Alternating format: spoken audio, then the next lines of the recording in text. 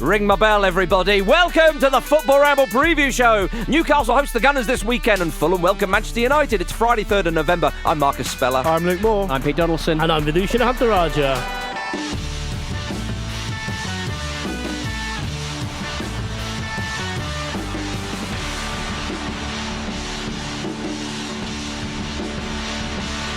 Welcome, lovely people. Here we are at the Football Ramble. It's Friday. Oh, Luke Moore! How you doing? Good to see you, brother. Good to see you too. Where's the keys? The keys are in the pocket. Keys, yes. The gentlemen. Keys are happening. I know. It's the weekend. We're going to toss the pillar about with Chugsy. Hey! I tell you something now. I know people outside of London hate people mentioning the London Underground, but I'm going to do it. Right. On the way to work. What did you see? What did you smell? What did you taste? It was what I heard, Peter. Right. Jason Tindall. It was. On the Bluetooth. The man who's driving the train. Was he in with the driver?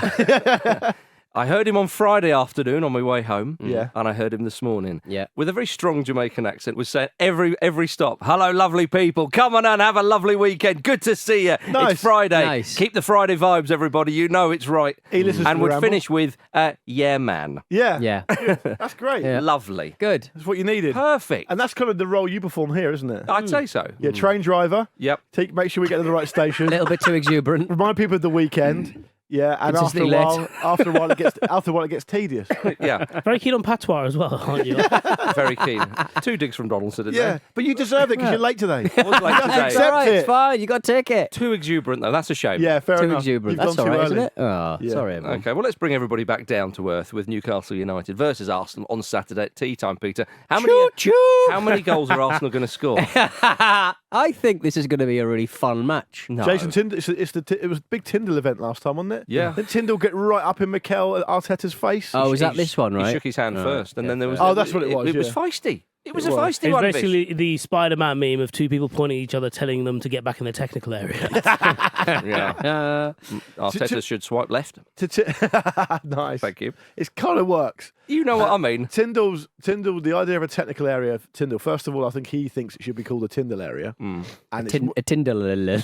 yeah, it's There more, should be a Tinder lap, let's be honest. and it's more of a concept to him, isn't it? Yeah, I'd say so. Yeah. Yeah. It's Well, like, but am is I it- in the headspace or am I in the actual square? My technical area is really the friends we made along the way. Yeah. I think the technical area now for Tindall is in the heads of everyone else. Yes, exactly. Like, I think he's Rent-free. He's kind of already done his bit, hasn't he? Because Yeah, obviously with the ruling now, he's not up there anymore. But you can see him. Yeah. And I think people I think Newcastle fans enjoy the fact that other people get riled by him. Yes, Even yeah, though now he's definitely. actually more withdrawn. I would say that I would very much enjoy if they did a Tupac style hologram. That'd be great. He's not Yes. actually in the technical area, Yeah. but we have got a some kind of holographic projector on it. I'd like it if he had what he had done and all the time he's been allowed to be out and about doing stuff. If he had planted a load of Jason Tindall seeds in every other technical Careful. area, Oh. and throughout the season they've just grown up to new Tindalls. in New each technical Tindalls, area. yeah. New Tindalls in your area. What do we think about the technical area generally? Yeah. I think it's quite. Two Tindalls in your area. I mean, I think it could. Some technical areas look really big, and some of them look quite small. I wonder if think the they scale regulation up and size. scale down. Yeah. I think it's quite an odd concept to say to a manager, like, this is the box you're only allowed in. They should just Same. give you a nice Same. big car. Just park 2 Range Rovers, and you're allowed anywhere in the Range Rover. Or any Front, back, boot. any car to you. that pays the most amount to be the sponsor. Yes. That would only yes. work at the London Stadium. Why? Yeah. Because it's the only room you've got. You can't. The only one that would have a Well, room the for a football Range clubs are Rover. just going to have to adjust. It's a sponsor. It's Yeah. important. It's important I don't know. revenue. That is true. Money, Why wouldn't you Everyone- respect Range Rover? money does yell, doesn't it, after all? And when they're want to make a sub, they have to hit the horn. Toot toot. And the referee goes, substitute. Imagine they just went And the mad and substitute has drove to come out around. of the car. Yeah. Get one of those Why- that coffin one at Gateshead, or whatever it was. Yes, yeah. Well, I mean, a The limousine. coffin one. The coffin one, the hearse. You know, the coffin one. Oh, it's a coffin car. They were ahead of their time there, weren't they? Yeah. And yet so backwards in other ways. Yeah. But I'm intrigued why you think it's odd that the manager just has a box to walk around in. I don't think it's. I understand for the purposes of just controlling them because they can get out of hand. That's the reason. But I think they should have. They should be able to walk a bit further than where they're kind of penned into. But why? Why But would that? Marcus- Just because of the nature of the game, it relies a lot on off-field instruction sometimes. So I they don't should think be it's able a to bad have be in thing. the referee's assistant's ear. Basically Well, run no, up and because down actually behind the linesman. that would stop them from being the referee's ear because they're actually being held right next to the That's fourth the fourth official. official who performs a different role, of course. Well, no, because you can have it so that they don't do that. I'm still for the technical area. I just don't think that. Like Arteta is always outside his technical area. I don't think he's out it by much. He's not like straying onto. Why don't we have no property. lines on the floor and we have one of those collars, those proximity collars that dogs use? Good shout. I thought you were talking Running Man, Arnold Schwarzenegger. That's a bit much. Yeah. Oh, bungee cords. Bungee cords. That would be a bit of fun. Solved it. The On a stronger wet the day. manager you get, the further. Exactly. Yeah. That's why you'd want big, strong managers. Big legs. Messi's bodyguard. He'd be able to get on the pitch. Oh, the game starts, referee blows the whistle to start the game, Big Ange just rips it out. Swinging it around his head. Like the T-Rex at the start of Jurassic Park. Just like that. Yeah. Well, Arsenal, of course, were beaten by West Ham in the Cup this week. Newcastle hammered Manchester United with Matt Ritchie, Paul Dummett and Emil Kraft in the squad, or in the side rather, Peter, Yeah. should I say. Nice to see him. I saw Emil Kraft at the final last season with I think Martin Dubravka was with him, and it was just Who really also nice played, to see. by the way. Who also He of played. the gold medal. He of the gold medal. It was just really nice to see Emil Kraft like doing something out and about. Yeah. Well, so Peter, on form, if we're just going on their previous match, this should be a walkover for Newcastle. I mean, Eddie Howe's made the conscious decision Wow. to play Emil Kraft at Old Trafford in the cup game. His take. And Pete's gone, it was just nice to see him outside. Just nice to see him. Emil having a nice Kraft probably time. said to Eddie Howe, I'm a bit worried, I haven't played for ages." You'll be absolutely fucking fine. You'll be all right. Fine, yeah. No Did you- worries. Did you see though? He in that game he took a knock and he was like, and you could tell he was a bit like, "Oh, this is hard." They don't do this in training, do they? It was absolutely remarkable to go back to that game. I know you guys covered it a bit on Ramble Reacts, but to have a brief say on it, I thought the body language and attitude of Man United players was absolutely remarkable. Yeah. I have to say, it was very, very disrespectful to everyone watching. And I don't even support Manchester United. Yeah, we are going to talk about Manchester United in the second half. I support what they do. You'll get to Let's have do a bit go. more then. Yeah, We'll do a bit more then. That's a little teaser trailer for you. little Yeah. teaser. Yeah. But Newcastle United, though, who would you say were the favourites for this one, Vish? In your opinion, forget what everybody else is saying. Well, I'd say it's Arsenal, but I would, I would say if you look at the League Cup game in midweek, it actually highlights how far Newcastle have come in that they made all these changes and yet everybody came into the team, and perhaps also because it was set against what Manchester United were doing, which was a disgrace. But it showed that every player comes in with a clear idea of what they have to do. They get an injury early on, someone else comes in, they rearrange, and they still know what they have to do. Mm-hmm. Everyone plays a very specific role in that starting 11. And so, you're worried a little bit about squad depth before, when you're talking about the Champions League, I suppose, specifically, and the injuries that they've had. But someone like Willett coming back and just the general vibe about the place. And also the fact that it's in St. James's Park. One of the things that I've really admired / feared about Newcastle is A, their swagger, and B, they actually bully teams. Yeah, there's a bit of like high school bully about them. They bump everyone at home. They are not afraid to just run and run and run. Jock Linton putting people in bins. Yeah, yeah. Slamming their heads into taking lockers. people's lunch money. Yeah. And for that reason, I think it'd be a real test of where Arsenal are right now. And we know Arsenal are a strong, confident side now, but this is a little tester on the way to that, isn't it? To the way wherever they're going to get at the end of the season, these are the type of games where they can come out and think, well, we can make it there, or B, we need to change a few things. It's going to be. I think it's going to be a brilliant game, as Pete suggested. I'd love to see Newcastle really slow the game down from the first whistle. Just really slow it down. Just really test Arsenal's patience. Yep.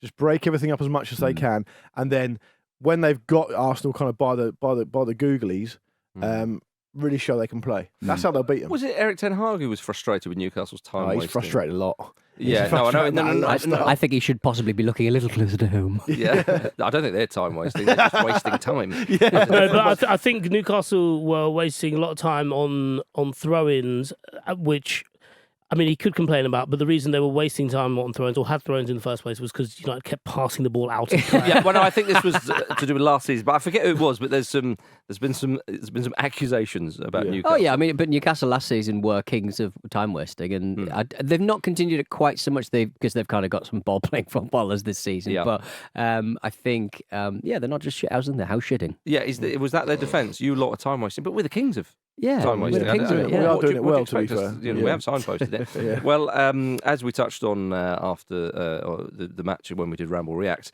the good news for Newcastle United is that Saudi Arabia are shoo-in for the World Cup 2034 hosting duties. A suspicious detail has emerged. Is it suspicious? Is that a word you want to use? Do the Yeah? detail and let the listeners decide whether it's suspicious or not. Okay, Don't lead them. perhaps a relevant detail. Could has be a emerged. coincidence. Even, do you know what? Even that, I'm trying to sway them, aren't I? A detail has emerged. Yeah. There's a detail. Presented detail. without comment. Yeah, Yeah. exactly.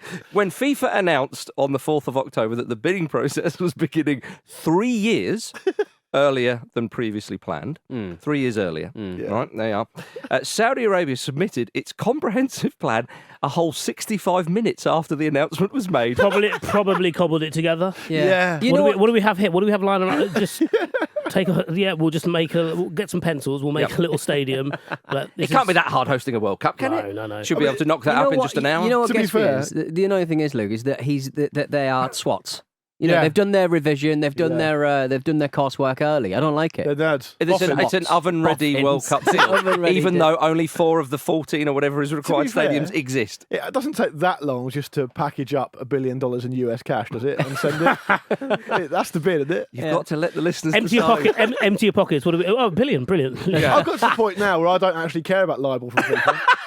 Because it's just so obvious. Yeah, well, I mean, clearly they I don't want care. the transparency of a court case. As we learned from, okay, this is where, as we have learned that there are one or two, or one in particular Premier League clubs that in the past were particularly concerned would get in touch with journalists about certain things, whereas the Saudis are not of that ilk. But he just doesn't. yet. no. But he doesn't own the club anymore, so it's fine. Oh, yeah, so we can slag him Yeah. off. Yeah. Yeah. Anyway, I think you get the detail.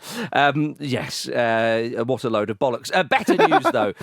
This is justice has been done in the City of London because Arsenal, former forward Ian Wright, was awarded the Freedom of the City of London this week for his services to sport and London in general. Here. The one thing about Proper. Ian Wright that is incredible, is a testament to his charisma and his personality, and I think at least a few people in this room have been in the same presence as him, and he's always been very, very lovely, is that he is fucking everywhere and no one minds. Yep. Yeah, Yeah. You don't he's get a real bored of him. he's a real test for, because a lot of people, like, I think Rylan can Rylan's similar. Rylan's similar, but I think people I never could. thought we'd mention him today. Well, when he first came on the scene, I was like, who is this weird Kenny Everett man Yeah. who just doesn't seem to have any discernible skills? But he's everywhere, and Whoa. nobody minds. Not on Marcus's watch. He loves Kenny Everett. Yeah. No, I'm saying Kenny Everett has skills, Oh, but he just right, looks right. like Kenny. Did you Kenny see the Everett. thing? You know, Rylan is best friends with Tom Skinner from The Apprentice. Is he? Yeah, now? Right. the okay. Bosch Tom guy. I can Skinner. see that. Oh, Bosch, Yeah, yeah. He's bought a jet ski this week. Were they Yeah. both on The Apprentice? No, Rylan was Rylan on was- X Factor, I think. Right. Okay. Right. But Tom Skinner did a funny thing, just very, very quickly. Rylan told this story on Twitter where Tom Skinner called up Rylan and said, "Do you mind coming to this warehouse? I'm having a mattress sale." And Rylan was like, "Oh yeah, I'll come down, no worries." And then when he got there, Tom Skinner had put a load of stuff up saying "special guest." Like the guest of honour, Rylan's that giving right? he's doing a Yeah. meet and greet, he's doing signings, he's doing Yeah. all sorts. And Rylan was like, "You just asked me to come down." But he got stuff. involved, though. He did. Yeah. He did. I feel we've got away from Ian Wright's achievement, though. Well, Ian Wright is everywhere, and everyone likes it still. Yeah, Has he I- ever sold a mattress? He's done Chicken Tonight. He's done, I think, a bank and a few other things. Chicken Tonight, I forgot Remember about that. Yeah. Chicken Tonight? He no, I wore a remember that. cravat and was fancy. And he had Friday Nights All Right with his little chat show, didn't he? Friday He used to Night's do a all chat right. show, Yeah, yeah. he He's, did, he's, yeah. he's a marvellous Bring man. it back. As I've said, and Pete will agree with me here, they say don't meet your heroes. Well, Ian Wright is all of our hero, let's Yeah. be honest. Meet him. If Meet you him. get the chance, Meet him repeatedly. He is the guy. He is absolutely genuine. He is as you would expect, and he loves it, but in the best possible way. You know when Tom Hanks goes on a talk show, Yeah. and he not takes over. That sounds a bit sort of arrogant. He becomes the main centre of attention just quite naturally, and he loves it, and everyone loves it, but it's in a very non-arrogant way. That's like Ian Wright. I can't talk. Oh, I don't like comparing Ian Wright to Tom Cruise, but Tom Hanks. Tom. Wrong You said Tom. Tom Cruise. Wrong can- Tom. Wrong Tom. I know Vish. you always want to crowbar Tom Cruise into the equation, Vish, but this is not. the Sorry, time. I just heard Tom Cruise. Yeah, as you always do. Yeah. Although I made this point a while ago, but I'd like Is to this go. about Tom Cruise still? No, this is about Ian Wright. Okay. Stop talking about Tom Cruise. Always Yeah. talking about Did you think Ian Wright was good in Top Gun or not? Yeah. I just want to hear what he has to say about his church. Yeah. I've made this point before, but I would like to go back in time and beat up teenage me for hating Ian Wright. Yeah, that's poor. For being on the field. I think he was. United. I think a lot of people wouldn't have liked Ian Wright on the field. Would that be fair? So I made this point to someone who knows him. I was like, he seems lovely. Want to beat my younger self up, and he was like, to be honest, I think he'd have hated it if you as a United fan liked him. Okay, yes, yeah, exactly. So I know it's a bit naff when you tell someone else's story, but I was in the room when Old Righty and Michael Dewberry were there once. And Michael Dewberry, you Yeah. did not hear Must from the get Jubes Yeah. on the Football Ramble very often. You don't. All he has now is Dion Dublin hitting it. But he said that when he was a young footballer, like a lot of young footballers, especially black young footballers, Ian Wright was an idol for him. Yeah, of yeah. course, he kicked down a lot of doors, quite literally sometimes. And when Peter Schmeichel was the doorman, and Dewberry said that he came. He was playing for Chelsea, I suppose, and they were playing Arsenal. And I think he was marking him on a corner, and he was stood next to him, and he was just like looking at him for just a moment, going, "Oh, there's Ian Wright." And Ian Wright just turned to him and went, "Fuck you, looking at you." And he's like, "All right, yeah, I'm playing a game of football here." Nice. Very nice. Well, on the subject of the Carabao Cup that we spoke about midweek on Ramble React and beyond, we asked our followers on Twitter. I'm not getting involved, Marcus. It's I'm not getting X. involved. Not getting involved. Pete, I'm not asking you to do anything. It's the Musketeer. If they had ever, don't worry, AI is going to mean that we're not going to have jobs. Apparently, Can AI remove Elon Musk? I wish it bloody would. We asked our followers if they had ever had a pet named after a footballer, after Phil Foden called his dog Carabao. I've got a dog named after Sammy Amiobi. From Hawaiiman Chris, my cat was briefly called Beardsley until we found out that he was a she. Typical Peter Beardsley, isn't it? Stu, that'll upset him. Yeah, From Stu, massively. from Stu, I had a guinea pig in the late 90s called Kevin Addy, after Kevin Muscat and Adi Akinbaye. That makes sense. My favourite Wolves players at the time, I couldn't choose between the two. That's Kevin lovely Addy. stuff. A just a double name, I guess. From Angus, I used to have a cat called Baggio. That's a lovely name for a cat. Because cats do Roberto Baggio things. They glide. They're smooth. Yeah. They devour mice. They get a point if they hit the post. And they have ponytails. Yeah. And my next door neighbour used to have a cat called Owen after Michael Owen. Nice. Which was a bit naff then. That's shit. And it's a bit It's naff getting now. naffer. Yeah. Hang on, you just said nice, Peter. Yeah. Yeah. Well, just What? stand by your conviction of Yeah, the you man. Nice it. That's half of my, Yeah, that's my true. catchphrase, mate. Like the Just train wants to nice driver. it. He's like Joe Oh, nice Pesci in the Moonwalker movie. Just wants everyone to be Just cool. want everyone to be cool. Yeah, for not those reasons, though. Well, we appreciate you getting involved there on X, formerly known as Twitter. Everton versus Brighton is tomorrow at 3 p.m. Everton, a resurgent Everton, might I add, looking to continue their good form after they beat Burnley 3-0 on Wednesday. Ashley Young, that faithful old dog, scored the third. This is a clash of two in-form strikers, Dominic Calvert-Lewin versus the young Evan Ferguson. I love the idea that Everton have got to the stage where they're actually so bad that they can be described as resurgent despite losing 3 of their last 6 league games. It's like the standard is now so low that because they won their They've last done a league- little bit better, though, of late. They have. They've lowered their looked standards better themselves. as well. They've looked better than what they've looked at the start of the season, surely. It was a really good win at West Ham, for sure. Yeah. For sure. West Ham were very, very poor. And then who did they beat before that? Bournemouth, and then they beat Brentford away, didn't they? Brentford away is a good result. Very good result. For sure, yeah. So fair enough, actually. I've said what I've said. To apologise to them. I'm very, very sorry They to lost Sean to Dyche's they men. lost to Luton at home. Exactly. So- Ancient history, bruv. They also beat Brighton. They hammered Brighton away from home, was it last May, towards the end of last season, Go back as far as you want. which will have no bearing. They of won the course. fucking FA Cup in '95. I think they did. I think they did. Well, and in the 80s, Polly won a right few- out few lashing in trophies. volleys left, right and centre. Yeah. And of course, they've never been relegated. So I don't know why Brighton are going to bother turning up, Yeah. quite frankly. Give him the 3 points, save his time. Yeah, well, Dominic Calvert-Lewin, of course, scored last weekend with his 50th Premier League goal, making him the 4th Everton player to reach that milestone. Interesting. Well done him. But he has been crucial, of course, in this resurgence that we speak of, Vish. Yeah, do you think it's an over reliance? Given that we know if you average out the number of games he is available for in a season, Yep. it feels like Everton are using them up early. Yeah, he's available for more games for Everton than Mitrovic is for Fulham, though, so I'm going to give them a pass. Do you want to know who the other 3 players for Everton who scored more than 50 Premier League goals? Can you guess them? No. Can you do a guess? Quick guess? No, I would say that. Do you know what? I wanted to say Romelu Lukaku. He wasn't there. He's right. He's the top. Is he really? 68. There you are, you see. Yeah. Lord alive. I would. Yakubu? It's a great guess, but he's only got 25. Yeah. Oh, wow. One of them is one of Pete's favourite ever players. Is that Daniel right? Amakachi. Tim Tim Cahill, of course. Yeah. And the other one's Big Dunk, of course. Big Dunk, yeah. Do you know what? I was going to say Paul Ryder, and I thought, no, he wasn't around long enough. In the Premier League, I should say. Isn't that weird that, like, I on the radio this morning, they were saying that Aston Villa's, I think, most prolific Premier League striker, Gabriel van der Horn. I was like, that's a diss on Villa, isn't it? Really? Well, he was around for a while. Right. You'd think it was maybe Dwight York, but I see what you mean. He did about 3 Premier League goals a season for about 40 seasons. Well, I remember when he was on the radio once and he said that I think his top scoring season maybe was 15, and Ali McCoy just went, 15 a season? I call that August. Big Ali, you couldn't question his goal record. Is it fair to say Big Gabby was probably the Aston Villa's Shola Amiobi? I could see that. Similar kind of I think he started more than Amiobi, you would say. Yeah. But Amiobi started a lot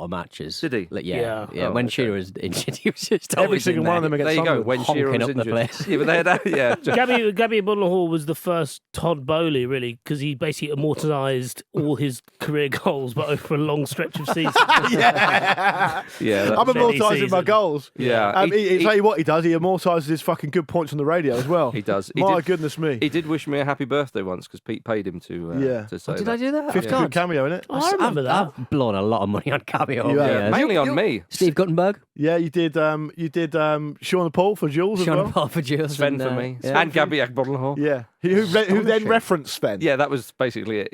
That was the stepping stone. You unlock Sven on Cameo if you do that. You've got to get a former player of his to say his name. Is Sven the end of level boss on Cameo? And then he pops up. So, yes. A Guardian article revealed this week that Em Ferguson made his senior debut at Bohemians when he was aged 14 against Frank Lampard's Chelsea. Probably what spurred him on, yeah. You'll be all right, son. Well, he's a piece of piss. These are all shit. Well, his goal against Fulham last weekend meant that he became the first teenager to score 10-plus Premier League goals in a single calendar year since Wayne Rooney did in 2005. Good signs. It's the range of his goals as well, isn't it? Yeah, he's they're rangy. not just poachy. They're like controlling the ball in from outside the box. He's very composed. I mean, Runs. that one against Fulham showed you that. Yeah. But he looks like he's got a lot of tools in his toolbox. If you want to knock him in these days, you do have to be very versatile. You can't just be. But I suppose if you consider the way Brighton play at their best, you get chances, don't you? Yes, so if you're just hitting them in between the penalty spot and the 6-yard box, nothing necessarily wrong with that. But you could subsist on that and be noticed as a good player. But he, as you say, he does a little bit more. The only thing I think he's a brilliant forward, particularly for his age. He's obviously been a man grown for some time, which is massively important in top level sport, of course. The only criticism I would possibly level, and I'd do it more of a question rather than a kind of statement, because I'm not entirely sure myself, is he that quick? Is he actually that quick? Is he like a Harry Kane type quick, where he's like, I think Kane is past a player? I think Kane is. Look, people will say he's nothing like it, but from what I've seen of him, I think that's that type of striker. But people find it hard to. I've noticed that people find it hard to stop him, which isn't necessarily to say that he's burning past people, but I think he protects the ball quite well. I wouldn't worry about any perceived lack of pace, because I don't think he lacks pace. He's not lightning quick, but he's also ahead of where Kane was. I mean, you can say what you like about whether he's as good as Kane or not. Obviously, he isn't at this point. But at the age he is, he's ahead of where Kane was. And and what a club to be at as well for nurturing young talent, which is quite clear.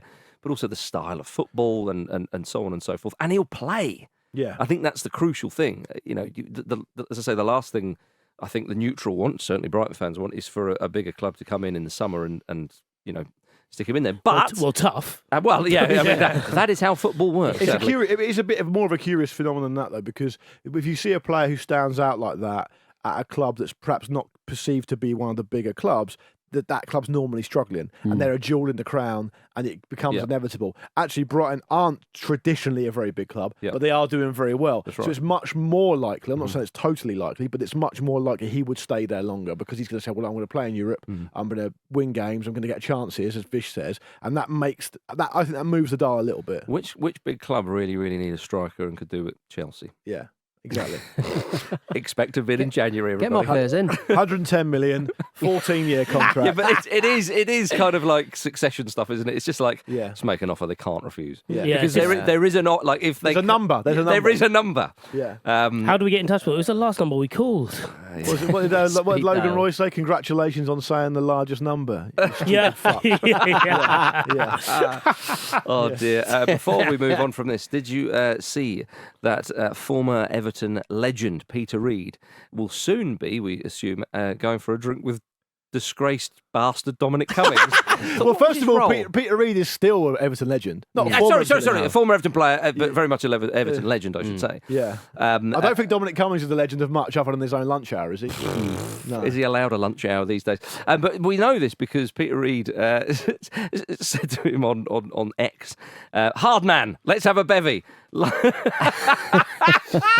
What is the? I haven't even got to it yet. I'll fill you in. London or Durham? Not a problem for me. Is Durham a dig? It must be a dig. Well, yeah, for the Barnard Castle. Of course it is, Barnard yeah. Castle, I love it how he hard man, and then Cummings happy to send a DM. Drink when you're in London next? No question mark. In London Monday. Wonderful. Cummings, DM me your mobile. So they obviously took it to the old direct messages where we can't see. And someone's already put up a poster, mocked up a boxing poster. Blues against Blood Cancer present the knockdown for lockdown. Peter Apollo Reid versus Dominic. I was just testing my eyes coming. I mean, you were saying it, Pete. I think earlier, it's like that would be Peter Reid versus Dominic Cummings in a celebrity boxing match. Be better than half the celebrity boxing matches you see these days. All of the Massively. And probably, certainly on Reid's side, it wouldn't be a bit of a fix, I would say as well. I would say that is it not like is Cummings now because he's the enemy of the government? My enemy's enemy is my friend, sort of thing. I'm worried that it might be the great romance of 2023. No, I don't. It's like a to see strange it. start. Hard man. Yeah. I think Peter Reid wants some blood. Do you think that's Yeah. what it is? Because that's why he's put Durham in there as a dig. Yeah. But here's the thing. I think that Dominic Cummings, who is essentially really an unemployable weirdo operating on the fringes, who's been thrust into the mainstream as a lot of problematic political figures have been. Stop staring at me. You have been thrust into the mainstream, mate. You Southern were. accent. And very much still outside. And what's happened is I don't think Dominic Cummings really knows much about who Peter Reid is. He probably looked him up and saw he was a footballer, saw he's a legend, looks at him as quite a friendly face. Yep. Probably saw him on Twitter sitting in his tyre. And Peter Reid's going to batter him. No, I just Yeah, think definitely. I think Reid is too fun loving to get stuck in. Peter Reid is really left wing. I know he is. Yeah. but He's I think, really tough Yeah, but as well. I think he'll start. He'll have Cummings crying on his shoulder at the end. Going, "What have I done? Look, come on, son, just don't." Yeah. don't Yeah, and they'll take a selfie together and they'll post Yeah, it. and be Peter Reid will nice, go, to, "We'll nice be to have a disappointed." proper discussion. Yeah. Nice to have a Reid conversation in the marketplace of ideas. will say he Yeah. apologised. I heard him. Go on, do it again for the camera, and that's what it'll be. And bang, Dominic Cummings has signed a 3-year deal at Sunderland. Sunderland, eh? It's all My that. It's all that kind of that specific sphere of politics in terms of people who've actually moved out of main politics, quote unquote, in the last 3 years. Is very football-y because you can see them do little things. Like he'll go and meet him, and people are like, "Oh, you know what? He's all right actually." In the way that like your disgraced striker comes back and scores goals. Similarly, Rory Stewart. Yeah. You know, people love his podcast. It's a very good podcast. Look at his voting records. Yeah. Completely agree. I will look at them. Good. Maybe in the break. But before we go for that break, we've just been talking about Brighton, of course. On the subject of them, head over to On the Continent and check out today's episode of Ask OTC, where there is some great insight from David Cartledge about Roberto De Zerbi's former assistant, Francesco Farioli, who is doing some exciting things at Nice. Nice it, Peter. He's only 34, but David explains why a Premier League team will be snapping him up in no time. So search On the Continent to find that episode. Right, let's have a break. Are you excited to get started? Don't push me. You're on television. Doesn't look good. Doesn't look good being manhandled by security, Erik. Man United, a big club. What about the Football Ramble, everybody? Not a good look, Erik. Gary Cottrell there. Oh, good luck, Erik. That was back when Erik ten Hag was like the enforcer that Manchester United needed. Yeah. At one point, Gary Cotter in there, who is just the worst.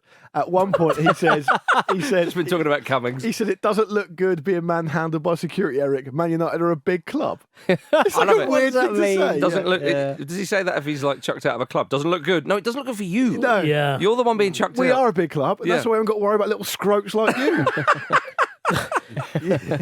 Oh, blimey. Manchester United head to West London on Saturday at 12:30. Get me off the leash now, Yeah. because I want to talk about Man United. Well, Erik ten Hag was defiant after defeat on Wednesday, saying, "I'm confident I can do it."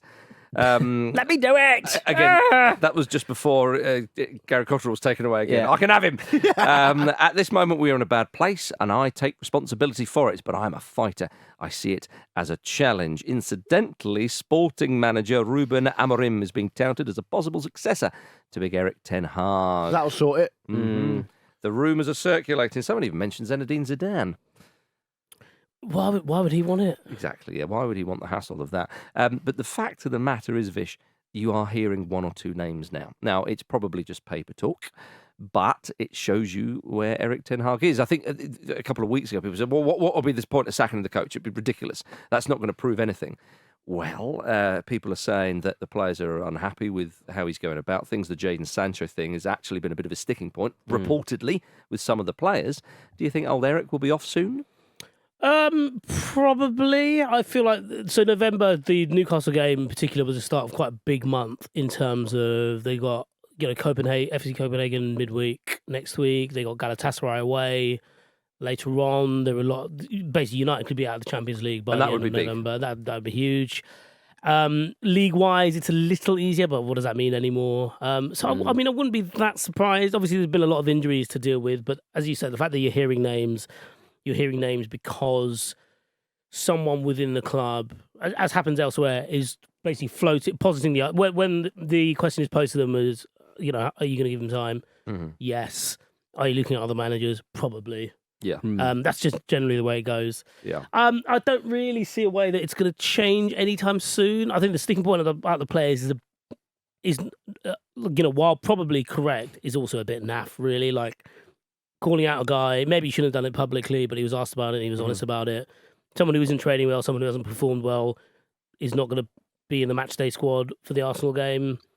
That kind of makes sense. That should be just be the standard. Apparently, it's not. I think if you look at the way the players have gone about it, it's not been particularly good. And it doesn't help when your best players, your streakiest players, and they happen to be in a dip right now in Fernandes and Rashford. But I would also say, like, on the field, there's no real discernible plan. You don't really get a sense that they built on...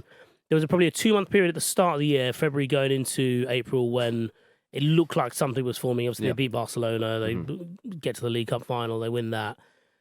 And it was just built on sand. It kind of makes me question what happened over the summer as well. And to be honest, I think there's generally needs to be a bit of recalibration about how people talk about Manchester United, not just people who support Manchester United, because you can talk about the owners all you want, but ultimately, manager comes in, nothing really moves forward. There's an idea that it should move forward because of the stars of the club. It doesn't really work like that. You need to have people pulling together in quite a meaningful way, and that hasn't happened for a while. And because of that, United are just a couple of rungs down from where they were before. You can't just suddenly click your fingers and get back up there. You see what happens with the Spurs. Spurs are going to have a brilliant season. Spurs are going to be nowhere near the top two, let's say, by the end of it. That's my opinion. But they are building something that is sustainable going forward. But it shows you what a managerial appointment can do. Yeah, exactly. The Spurs have still got the same. I know. I'm not trying to say, leave off the owners at Manchester United. No, very much still got. No, but it's almost like a separate issue, really, in terms of like getting the right. You can still perform well with undesirable owners. Yeah, but I understand that is still a big issue at the club. So I don't want to trivialise that. Sure, but you can still play well with a leaky roof. Yeah, you can. You absolutely can. But I mean, Manchester United. I mean, to compare them to Spurs, I mean, they're 11 points off Spurs after 10 games. Manchester United.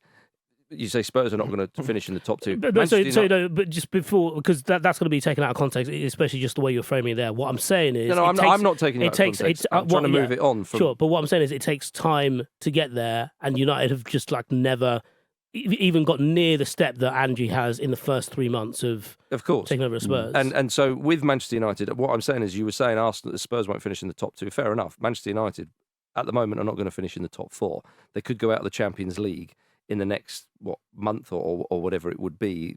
It would be, because before Christmas.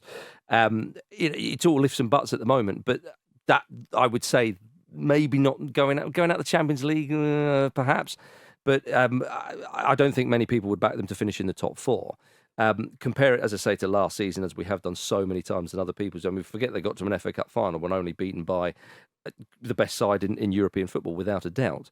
So, Luke Moore, at the moment with Manchester United, it's obviously very, very poor. It's very, very troubling if you're a Manchester United supporter. What on earth do they do? Can they do anything in the short term? What, the fans? They can do fuck all.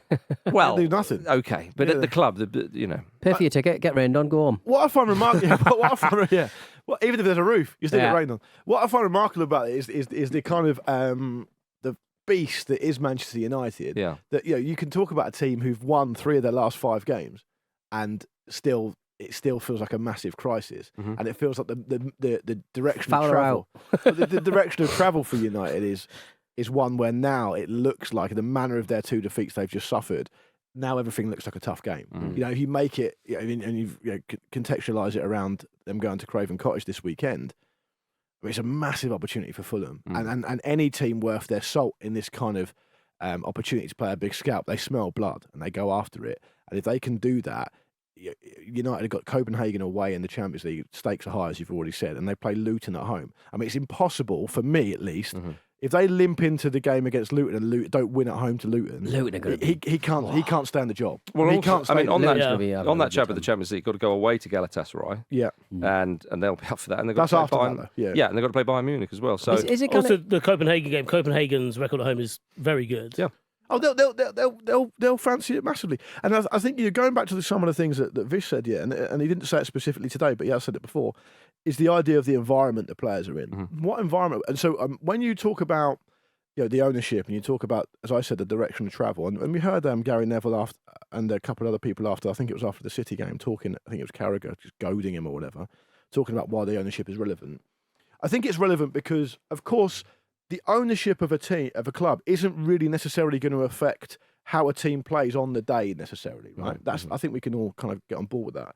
But I think what it does is it ultimately it informs the overall environment. Yeah. And so if you've got players that are able to perform and behave, more importantly, like they did against Newcastle at home, well, I think it's no disgrace to lose a game against Newcastle. They're a good team, right? They made so many changes, and Man United's body language was so poor, and their attitude was so bad, that it makes you think like they must have some kind of idea of how they're being perceived by their fans and by the wider football community. Dallo did that night. Particularly at home. But I've seen Dallo, I saw Dallo come on at Spurs and he did okay. Like and Andy always says that he keeps good players out of the Portugal team sometimes. So he's got capability. But how they can go into that environment at home against Newcastle, knowing how they're perceived, because they must know, and behave like that, that says to me, well, what they're actually able to do every day, the players, is act with impunity, and they're not being stopped doing it. And that either comes from Ten Hag, or it comes from the director of football operations, whatever job title he's got, and the ownership. And you talk about the Sancho thing, another bit of evidence. Talk about Anthony. Anthony's another example of it. Comes in for a huge amount of money, understands a lot of pressure on him, and he shows flashes last season. I think this season he's had no goals, no assists, made no contribution whatsoever. And Andy Cole said on Wednesday, playing with Anthony would drive me mad. Yeah, but he's still being, my point is he's not being picked every game, but he's still playing. Yeah. Well, he's basically played. Well, he's played most games since he's returned from Brazil. I know he's got a lot of things hanging over him, which obviously we can't talk about on here. But it's just there's a wider. I think there's a wider malaise. It's not that long ago since the Mason Greenwood thing, which was massively botched. It just shows if you put all these circumstantial pieces of evidence together, what does it tell you? Massive. At best, it's just fuzzy thinking. No one's got any direction. At worst, it's just fucking negligence. It's overall negligence overseeing one of the biggest institutions in British football, and that's how you world football. And that's how you link the ownership through to the team, because the whole thing is symptomatic of a wider problem. And perhaps if the owners were there, I mean, again, what is this worth, and does it sort of always work out like this? But to have the owner come in and try and galvanise them, not necessarily in some sort of Braveheart type speech, but just to kind of be visible and go, right, I know there's things all over the place. You carry on doing what you're doing. We're going to solve it and whatnot. Which I would imagine say while he was still at the club, someone like Chelsea had plenty of bits and pieces, not quite like this, but someone like Abramovich, and we're glad that he's no longer involved in English football. But an owner like him was very much behind the scenes, might do something like that, or at least a representative of the owner or something. But yeah, it is all over the place. And now, can I just also add one more piece of evidence to this kind of for the prosecution, if you like, and I would say that it also lends itself to the transfer policy. The transfer policy at United is just go and spend fucking loads of money on a really high-profile player and chuck him in the mix. And I don't know how anyone thinks that's what you're supposed to be doing. Mm-hmm. Man United are always going to pay a bit more for players because of the size of club they are and because of the way the media industry works around them. And so they're probably going to, there's probably a Man United premium. But when was the last time Man United bought a player that wasn't either... I suppose the only one you can really think of is probably Johnny Evans, a free transfer. They either loan players like Amrabat and Reguilon or whatever and I think with Amrabat, it's probably understanding they're going to spend loads of money on the fucking guy. They just probably can get it done earlier. Or they go and buy like Højlund for 75 million or Mason Mount for 65 million or Jane. Like, no point do they go and just it doesn't seem they've got any sort of policy or any kind of plan to go and pick out little bits of pieces that they need. This is why I find it odd that, in one sense you could say they have backed Ten Hag, on Ajax, they had a little bit more of a philosophy as you would expect. But on the other hand, like, are they making signings where he's kind of like, I was quite happy to have that player. Great, well, we're going to get in there. I don't know what's going on there. Like that thing of, I wouldn't say no to that. Yeah. But... yeah, and I think you guys are right. And I think what you're talking about there is actually when the conversation in the football kind of commentariat about whether Erik Ten Hag has quote unquote been backed or not, it's kind of a red herring. It doesn't matter because it's not. No one honestly thinks. No one worth their salt who knows about football thinks that the more money you spend on transfers, the more success you're going to have. That's just not how it is. There are sort of certain metrics where you can link it to player wages and to strategies and stuff like that. But there's no policy. There's no kind of strategy. It's just, he's available. He said he wants to come. Obviously, as you said, Erik Ten Hag's not going to say no. No manager's going to say no to having a really talented player.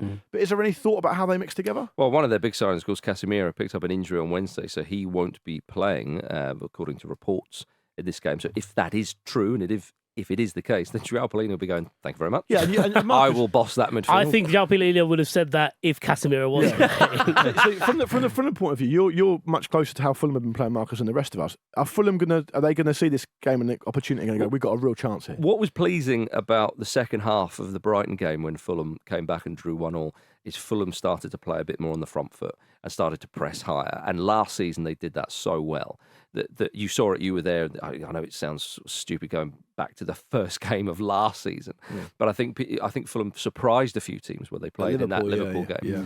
And Craven Cottage became a place where Fulham would often play on the front foot and they would take the game to teams. We haven't seen that as much this season. Partly because obviously teams will be aware of that, so they'll turn up and think, "Oh, okay, we know what they're going to do, so we'll make adjustments and so on." And also there are a couple of handfuls of teams better than Fulham in the league, lest we forget. But missing Mitrovic, and I'll go on about it. I think Fulham have been less confident of pressing high. Not that Mitrovic is good at the pressing, but having that focal point, and so getting up there. And I think, they get up there and think, the big man's not there, okay. So a few more sideways passes, all that kind of stuff. But again, it boded well against Brighton, it boded well against Ipswich. Ipswich are flying high in the Championship. Of course, Fulham are favourites for that game, but you go away there and they're playing really well. They're a good and team, to comfortably win 3-1, probably could have maybe one or two more. On the Mitrovic thing, I think I wouldn't say too much about the press, but what I would say is I've seen Fulham a lot with and without Mitrovic. And what Mitrovic would do, it's not just his goals. He'd give him a chance to get up the pitch. He'd give him a breather. Yeah. He'd stick up Hold there. up the Draw play as well. Yeah. Just without the ball. Exactly. And Vinicius and Jimenez, they're just not. They've got different. Vinicius different is probably talents, the closest one to. He's like a poor man's Mitrovic. Yeah, he's like a diet Mitrovic. Yeah, I mean, and you got Nunez as well, who got his goal, but I don't think he would start. So, look, you're right. Fulham should build on these sort of. It's only 2 results, but a little bit more positive stuff. Not that it's been terrible this season, of course, and go right. This lot are struggling at the moment. Let's go and take it to them. So I think the way that teams have been able to play through Manchester United this season, especially teams who haven't been overly confident, like Wolves at Old Trafford, where they probably should have won. Yeah, they definitely should have won. You think Fulham should go into this and be like, we don't have to do. Yeah. As in, like, if we do what we're good at, Yeah. we should be all right. Yeah. Yeah. No, I I agree with think you. my feeling, the only kind of thing I would say, and Marcus, you may not like this much, but it doesn't look like Tim Ream's having the best season. No.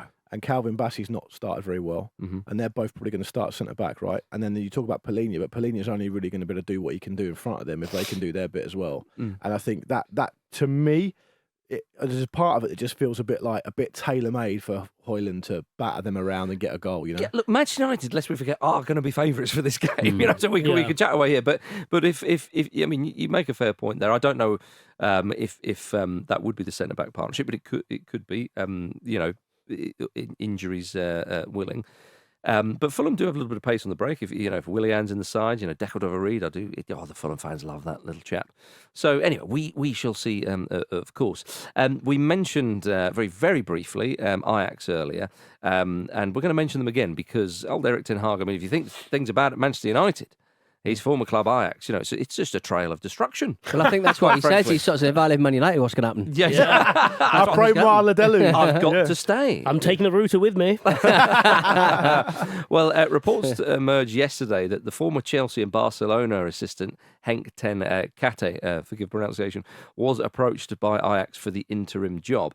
But he turned it down for good reason, because he's going to star in a police crime drama on TV instead. You have to take those opportunities when they come, haven't you? He's in football. That's safe. That's safe. In the bag. He's got that. He's still going to get to fall jobs. back on. He's probably thinking, well, Ajax will still be there. Yeah. Yeah. We might not get a second series. Yeah. I'll pop up then. This is not going to improve that quickly. It'll be easy to do when they're in the first division. Yeah. So There you go. I just want to improve the global awareness of police crime dramas. there's not enough of them. I've read a lot about it, specifically John Le Carre, and I think the world needs to see this. It actually gets better than that because he's currently the assistant manager of Suriname. So he's jacking that in. Yeah, well. Yeah. and there we are. Big Hank's going to be on the TV, everybody. Nice. Right. Also on TV will be Luton Town versus Liverpool, Sunday at 4:30. Of course, Luton's hosted Spurs last time, and now they're hosting Liverpool. Welcome to the Premier League, Luton, Vish. I am very worried for Luton, not because of Is it the little stadium? Is it the little stadium, Vish? Well, not necessarily because of what could happen on the field, but there's every chance Darwin Nunez ends up chasing down his first touch and barreling through someone's house. Yeah. Is it the Kool-Aid guy? What about- Oh, yeah. Well, Luton's pitch is someone's back garden, of course. Yeah. They're very kind. They just sort of let them play on See it. the Athletic putting the boot on Luton as well this week. Were this they? week. Right, saying what? They did a list of the 20. They ranked the 20 Premier League grounds Right. in order from best to worst. They did a listicle article. I know, right? Yeah. Right, okay. That's what you're paying for these days. But don't worry, I don't do any breaking news. And number 20 was Bournemouth. They got given the tin tack, and Luton was 19.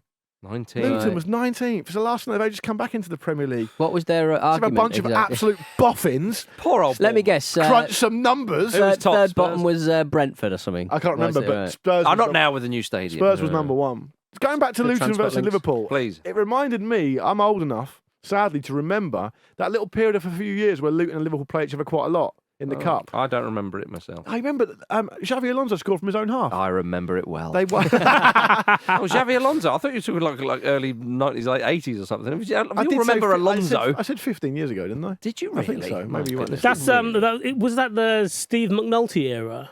I think Mike Newell was manager of Luton. at that No, point. but Mike Steve Newell. McNulty, they had a player the who Wire? was like, Oh, the big guy. The big no, guy, it's before yeah. that. Oh, right. It's before Right. that. They won 5-3 Liverpool at Kenilworth Road, and then they played them again a couple of years later, and they drew, and then Liverpool beat them in the replay. And I thought to myself, doesn't time fly when they're now playing in the league? But then, as I said, Oh, it was yes. 2006, Yeah. 2008. Just There looking we at are. Steve McNulty. It's lovely stuff. Yeah, you don't see Yeah. many of those anymore. No. So the other interesting about Steve McNulty, he's actually American, but he speaks with an English accent. There you go. I Good love stuff. it. Good stuff. He does look like something out of a Guy Ritchie film. He does. Andros Townsend should be involved. Oh, good. Not in Guy Ritchie films, That's but now in this game. It's nice Apparently, that's now a talking point on this show, is it? It's nice to. Well, why isn't it? We're talking about Luton versus Liverpool. Luton might play a player that they have. Yeah. Oh, yeah, no, he'll be on the bench, though. He's not going to start. Will he? Yeah, of course he will. Why is that? Because he's not good enough anymore. Not good enough. Great pundit though. No, you can't. He's say a very He is good very pundit. good very good yeah. pundit. He's still a good player. He'll Great- get a big great move. hairline. Get a big move after this. Get a big move. What are you doing? He's moving house, is he? I'm biting back. Yeah. Is what I'm doing. Fighting the good fight. Exactly, Let me yeah. put it this way for you, right?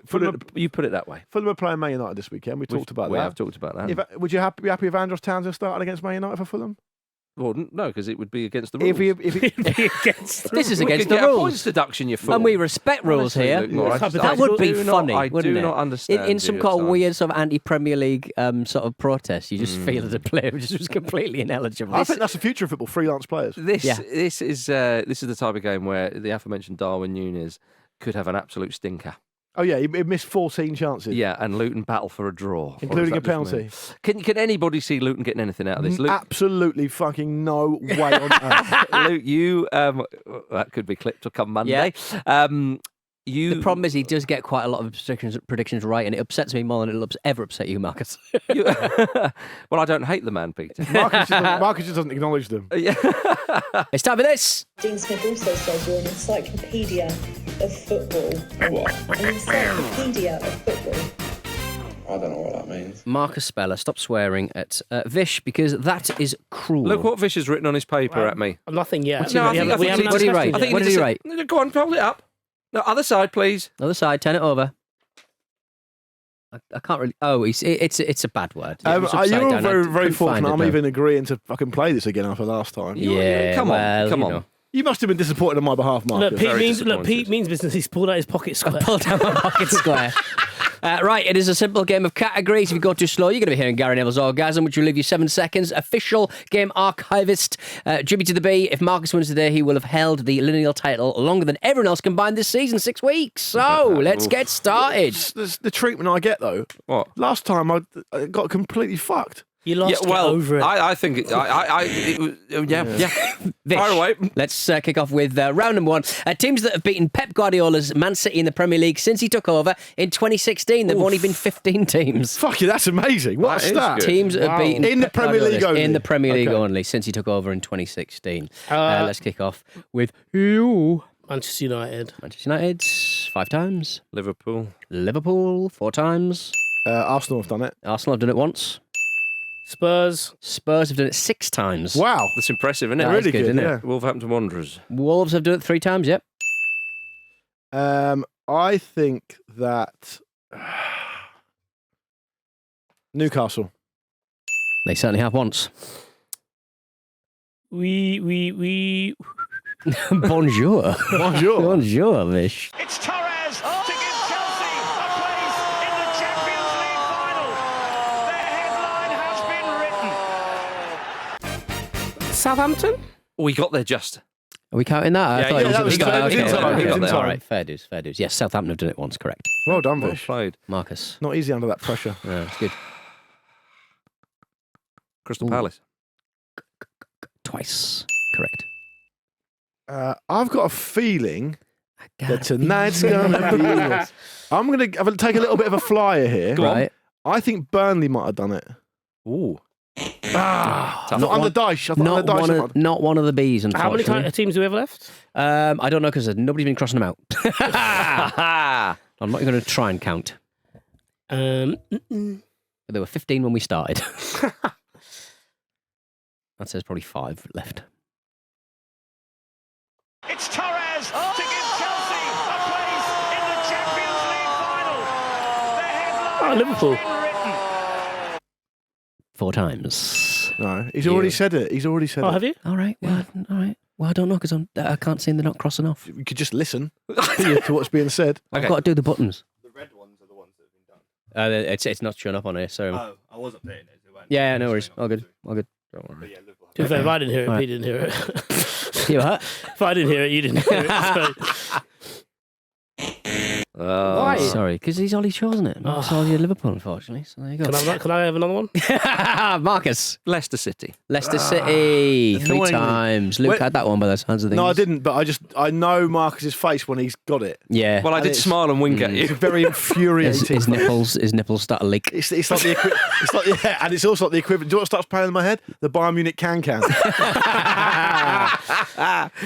Who else, Lukey Mo. Peter? Who have you got, Lukey Mo? No, he's out. He's out. Oh, he's out, isn't he? Can Sorry. you give me the point? Yeah, I think I can. Thank yeah, you. Well done. Okay. You could have had, I'll just go through the list. Arsenal, Brentford, Brighton, Chelsea, Brentford. Crystal Palace, Everton, Leeds, Leicester, Liverpool, Manchester United, Newcastle, Norwich, Southampton, Spurs, and Wolves. Well done.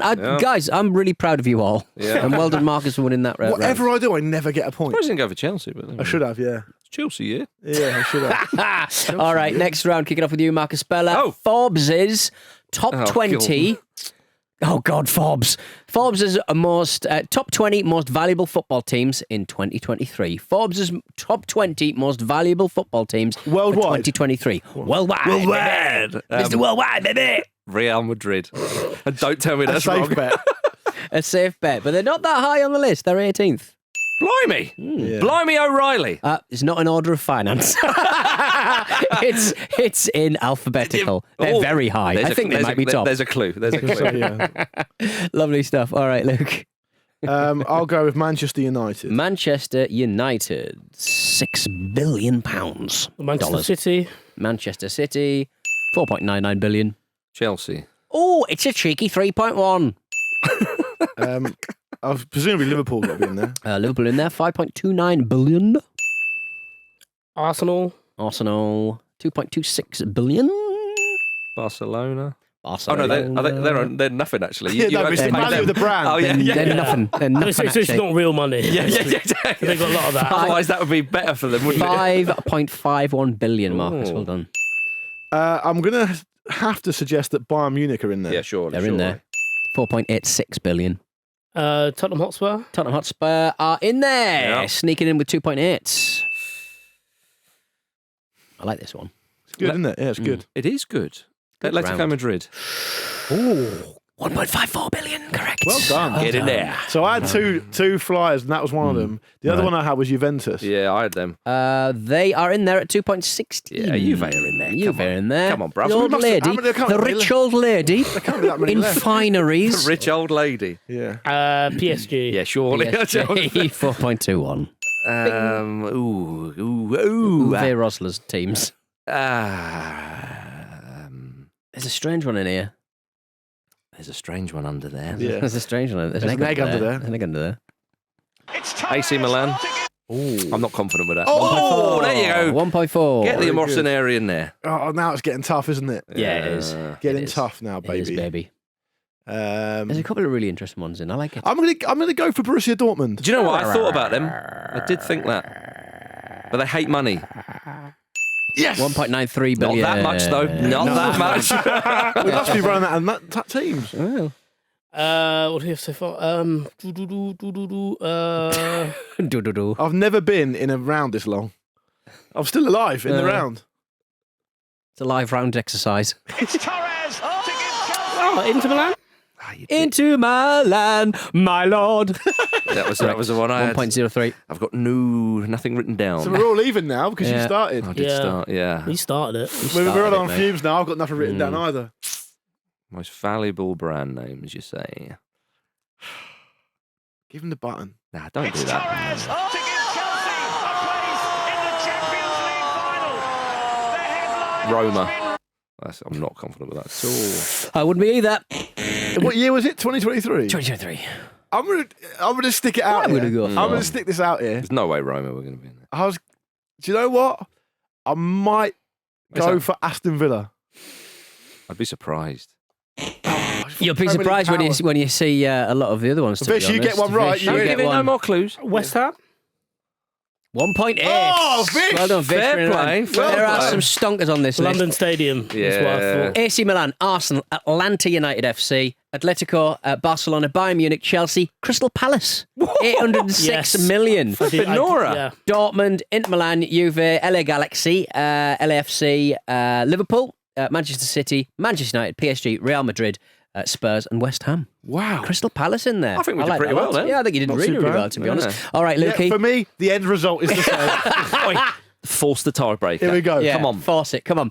Men's players who have finished in the top 3 for the Copper Trophy, which is presented to the best player under 21 at the Ballon d'Or ceremony. Men's players who have finished in the top 3 for the Copper Trophy. So it's not just the winner. Yeah. It's top 3. Jude Bellingham. Yep. Well played, sir. Well played. Gavi. Ooh. He was the last year's winner, correct? Flex for flex sake. Yeah, that is lovely stuff. Right. So, Fucking Gary Neville, the cunt. football players, you say? Football players, you say. Gary Neville the cunt. Martin Odegaard. Oh, yes. I thought I that was fell good. out early on. Throwing yourself out Yes. there. I'll obviously Wait, go for... I can't believe I want Vish to win this. I'll go for Erling Haaland. Erling Haaland. What am I doing? What? Oh, here we go! Big Vish for the chance. I mean, the whole fucking trophy's a joke. If I was doing it. Me supporting Vish will be like any of us supporting Argentina. Really want them to win, and when they do, I can hear somebody outside with a papers going, is that true? I mean, it feels like it's not true. I'll be fucking stiffed again, probably. you give him Go on, Vish extra Vish. time, Yeah. Pedri. Oh, well done, Vish. There it is. Well played, sir. Beautiful. Well played, sir. Oh, Christian Pulisic, Eduardo Camavinga, Gavi, Sancho, remember him? Musiala, Joao Felix, Jude Bellingham got in there twice. Justin Kluivert. He's back in. He's Get him back in on there. top, Scored for scoring Bournemouth. goals. Yeah, Yeah. exactly. Kylian Mbappe, whatever happened to him? De Ligt and Pedri. So Who'd you guess? congratulations, everybody. Kylian Mbappe, but they said it was wrong. Now, who'd you guess? Martin Odegaard. That's poor, isn't it? That's not that I poor. thought it was a good answer. That's not that poor. I mean, look, it was poor because it was wrong. Yeah. But there we are. Well done, Vish. It was. There was a binary choice. Was it poor or was it not? It was poor. It was poor. Can only be one or the other. Haaland not in there. The whole I know. The whole trophy's a joke if Haaland's not in there. Oi, you lost again. Okay, I lost as well. I've got a lot of previous victories. Of Well, course, you know. You seem quite pleased for someone who's lost their lineal title. Yeah. Well, It's a you know, fatal three-way. I've lost Cummings. Yeah, but you don't understand. I get to win it back soon. You know. Thank you very much for listening It's to the fucking, Football I'll tell you Ramble what it is. preview It's show. Cambridge Analytica, this. Part of the Acast Creator Network. Speaking of keys, they're in the lock, everybody. The Let's door's hear 'em open. then. If you Turn can it. find Peter Reid, although that is Monday. Well, maybe I'll leave the gate open a little bit. If you Yeah. can find Reido, you got Monday off as well. If you can get a picture of Redo, send it, please. Thank you. Follow us on Twitter, TikTok, YouTube, and Instagram at Football Ramble. And don't forget to subscribe on your podcast app. Thank you, Luke Moore. I think, is it a coincidence that Thank you, Luke the Moore. administrator of this game, producer Finn, is also massive in the Vote Leave movement? I said thank you, Luke Moore. Thank you very much. Yeah, it's how you met him. Thank you, Pete Donaldson. Farewell, everyone. Thank you for 2 cents, Raja. Thank you. And thank you, Peter Reid. See you soon.